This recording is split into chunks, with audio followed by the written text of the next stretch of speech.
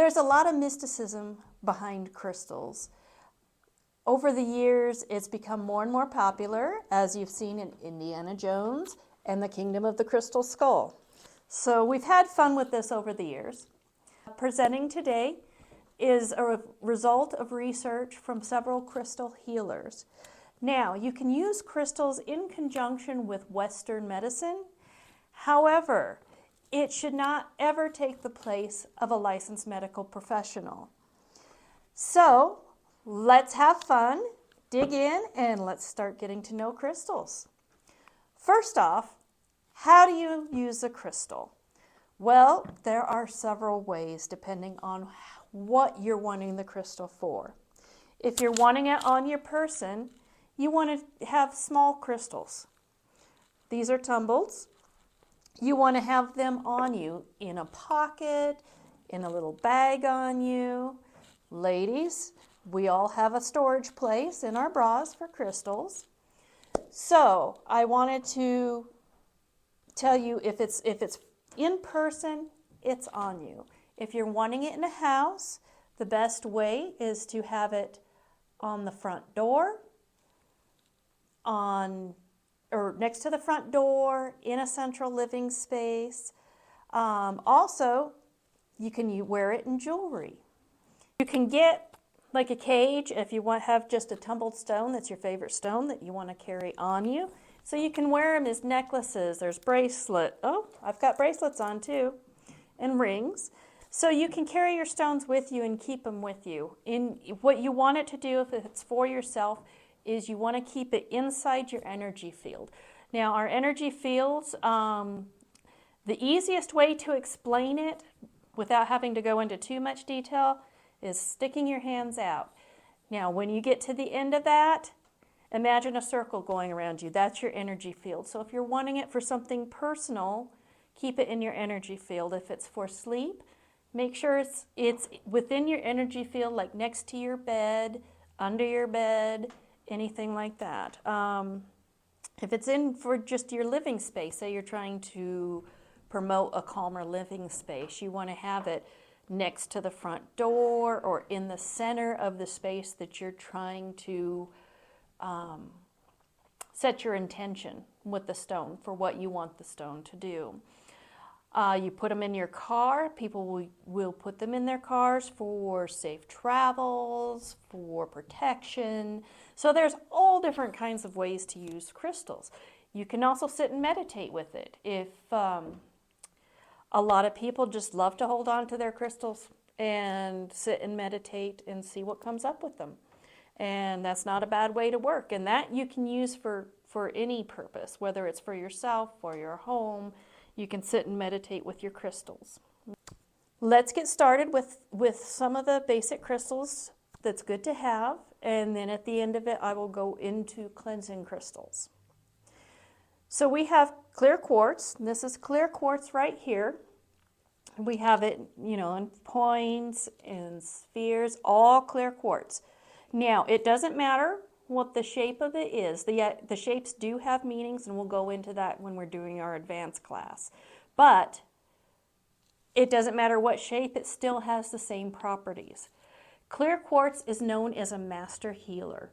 It's also good at amplifying energies of any of the stones around them. So as a master healer, it's good at healing, it's good at protection. So that is clear quartz, and I recommend, this is the most recommended stone when people come in and ask for what kind of crystal do they want. It's also programmable. You can take it in your hand, close your eyes, meditate on it, picture a white light. You can picture a white light or you can pray, either or, it'll still work. And with that, setting your intention for the stone. So clear quartz is programmable. It's really, really, really great. So I recommend this one. Next one up for grabs is amethyst. So this is an amethyst cluster. You see how pretty that is. And this is amethyst tower. Now this one, you see it's got white little stripes in it. That's because white quartz is also grown in or formed in with the amethyst. And white quartz is good for protection, but we're talking about general amethyst. So this, when you see a stone that's grown in with another stone, you have the properties of both of them. So this will have amethyst properties as well as white quartz properties. This one here you see is just amethyst, so it'll have amethyst properties. Now, what is amethyst good for? It is a fantastic stone for calming. It's very calming. It's good for depression. It's also good for sleep. So for those of you whose minds just chatter constantly, which would be me included, it's good to put in your bedroom or next to your bedside to help your mind get calm, to help the chatter reduce so that you can get to sleep. It's also good for the crown chakra, for those of you who know who chakras are. If not, look at the beginning chakra video that I'll be posting soon. So it's good for the crown chakra and opening up that. Now, a little fun fact about amethyst is amethyst was used thousands of years ago in Egypt for alcoholism. So some people still use it today as a detoxifying stone. But yeah, just a little fun trivial fact on that. Next up we have rose quartz, and who doesn't love rose quartz? I've got a raw piece that hasn't been tumbled into any shape, and I have a heart. Now rose quartz, the reason I brought the heart down, yes, that's what rose quartz is good for. It's good for love, it's good for compassion, it's also good for self-love, so remember that, because we all need self-care, self-love. It's also a great stone for emotional balance. So if you're wanting emotional balance in the home, you can do a rose quartz, center of the living room, or rose quartz as you walk in the door, help bring that emotional balance. Very, very calming stone. And some of you do ask a lot of times, can these stones work, together? And yes, with everything I have here today, depending like citrine will give you energy. So you don't want, if you're looking for calm, you don't want to add a citrine in there, but like these here would be your calming section over here. Just fabulous at that. Now, let's talk citrine. You see we have a citrine here, a citrine cathedral, and I divided citrine into two sections. I've got it over here. As you can see, I've got some tumbleds, and I've got a little point. Now, you're like, okay, why is citrine, some of citrine is darker than the ones I have over here? Well, let me tell you why. A lot of the citrine that's out on the market today has been heat treated. So what they do is they will take either existing citrine or amethyst and heat treat it so that it gets to have the darker points. So the majority on the market that's out there is the heat treated. But you do have some natural, but you see how light they are. They almost look like a clear quartz. What is citrine good for? Well, it's good for abundance. It actually has a nickname of the merchant stone. So it's good for that. For you chakra people, it's also good for the solar plexus chakra, which that's related to digestion. So it helps with that. It is also good for confidence. So it's a great stone if you're starting out. It's a great stone for businesses. It's a great stone for crafters, who are put up booths. But anybody trying to attract abundance into your life, citrine is a good go-to for that. Now, let's talk of the last stone I have here today for our beginner series. And that is, we're going to talk about selenite. And the reason why I'm not picking this up quite yet is let me explain selenite to you. Selenite is a type of gypsum. Now, several years ago, it used to be just that people would call just selenite. They were sheets of very clear gypsum, and that's what would be called selenite. And some people still argue that that's the only selenite today. However, these are both have the same properties. This Technically, it's called satin spar. And you'll see that it has little grooves in it. You see the raw parts. You know, you really don't see through it. It's very opaque. It's not crystal clear like the selenite that was back about, I want to say in my research, it was probably, I think, 15, 20 years ago that only the clear selenite was accepted as selenite. But now this is common across the industry now, is that satin spar is also considered a form of selenite. And you'll see that in so many crystal books that it talks about satin spar instead of the crystal clear selenite. The crystal clear is getting harder and harder to get on the market, but they both are a form of gypsum, and crystal healers have said that they have the same type of properties.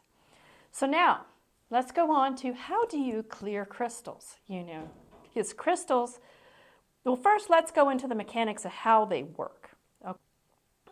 What geologists have found with crystals is that they can measure vibrational frequencies.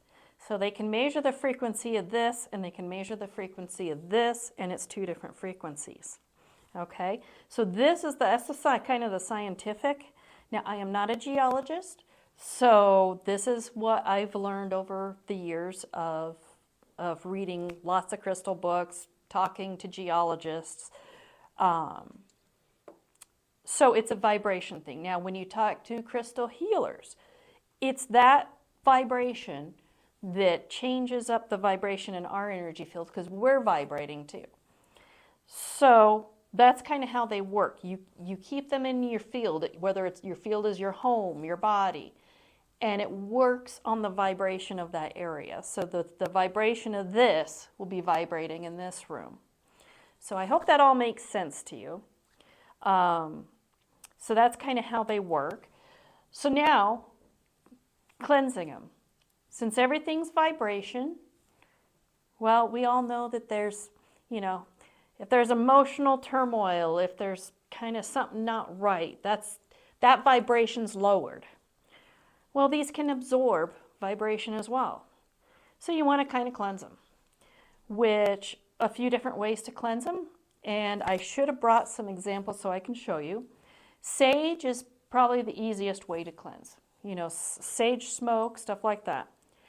Some people will cleanse with water, but I do not recommend it because you have some softer stones that won't do well in water cleansing.